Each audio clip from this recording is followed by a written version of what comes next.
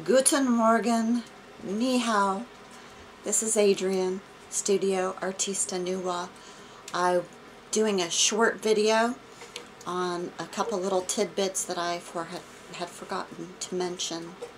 A special thanks to Demcad, Big Dad 06, and Nuggets of Truth for giving me a shout out.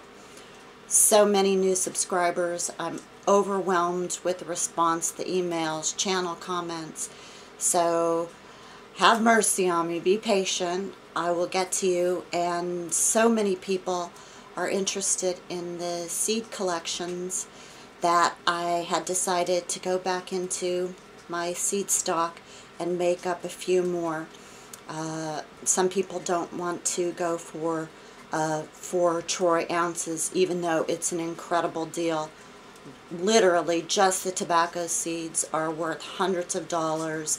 So I'm getting a lot of people being super respectful and sweet with these transactions, offering wonderful things for barter. And I'm trying to get the silver to have a little stockpile for my sons especially. So I put together a 2 troy, 4 troy, and 8 troy. And the 2 and the 4 are pretty much the same varieties of seeds, just more of them with the 4 troy.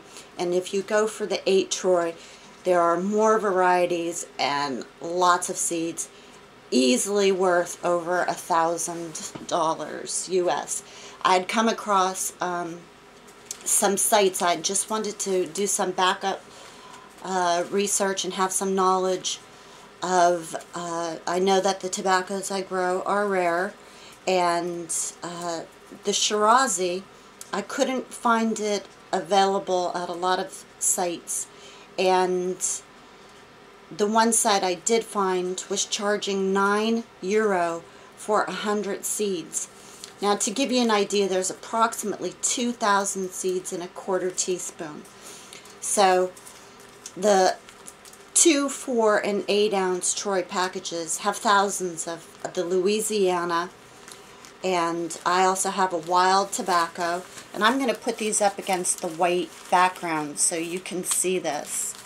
And what I'm going to do is list, I'll probably do a separate video having just tobaccos, since so many people are interested in that. And with the, I can't go through and name every type of seed and the volume that I put in there, the amount that I put in there. Just telling you that I did a rough outline of a list, so you can email me. I'll send you the list. Some of them do have the amount of seeds, so you can be absolutely positively sure that you are getting the better end of this deal. I am doing this as a true labor of love to help fellow preppers, knowing that so many people are in financial stress.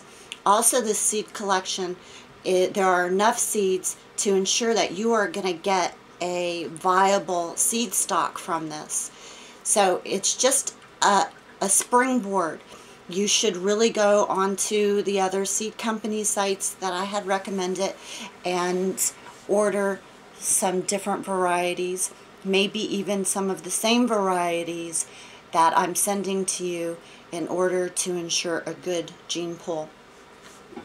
I wrote little notes on the packages, on the ones that are really specific, that you need to pay close attention to. And since I'm a little scatterbrained, I wrote myself a note. An additional comment to the worm bin. It's very important that you add a little bit of sand if you don't have sand in your environment. The worms need this to aid in their digestion. I also want to mention that don't give up on these seeds. Come spring, some of them are going to be light dependent germinators, which means you have to put them on the surface, and they need a certain amount of hours to actually sprout. Some of them are temperature sensitive, so unless that temperature of the soil is a consistent you know, around 65 plus, some of the seeds won't germinate. So you have to be patient.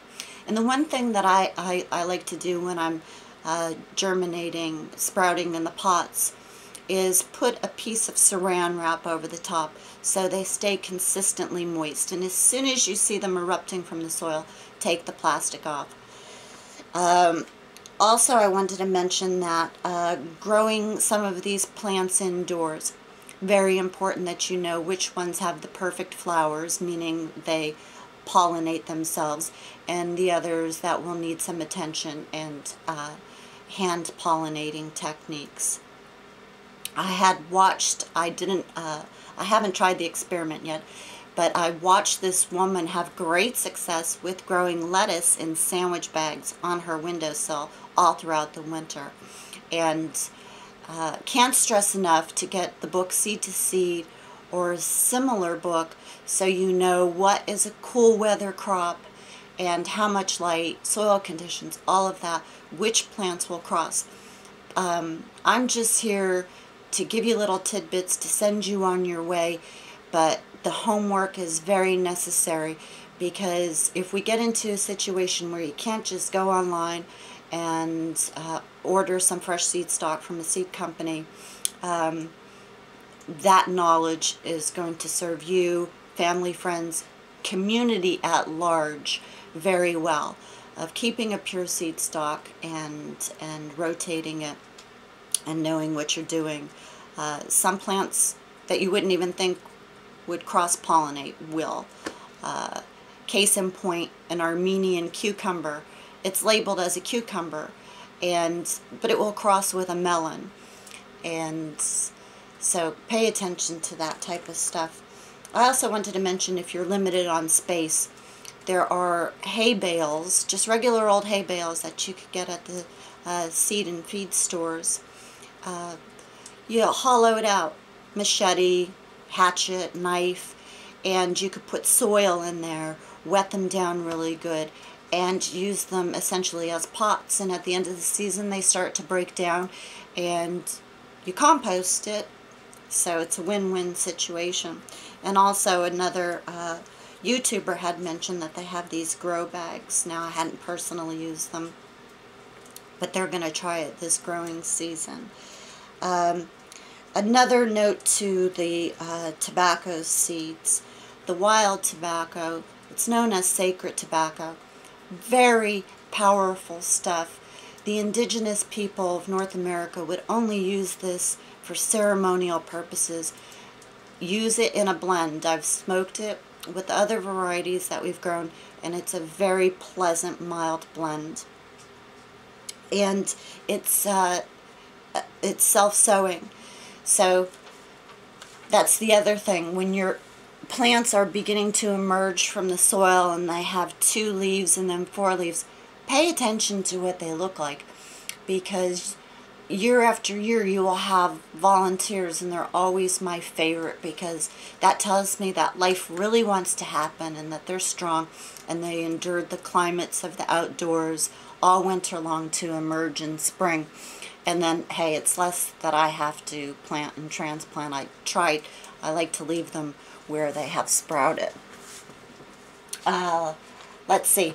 Oh, another note to the Louisiana. They're charging $100 for, 100 seeds for $3. And like I said, approximately 2,000 seeds in a 1/4 teaspoon. So easily thousands of seeds. So even if you just buy these, trade these, and for barter, you know what kind of value you have in exchange for another person's seeds or services. What else could I say? Oh, I wanted to touch on basil. A few people had commented on my homesteading page on Facebook and in my garden, where my basil is just enormous. And this is a very simple, time-consuming, and vigilance. As soon as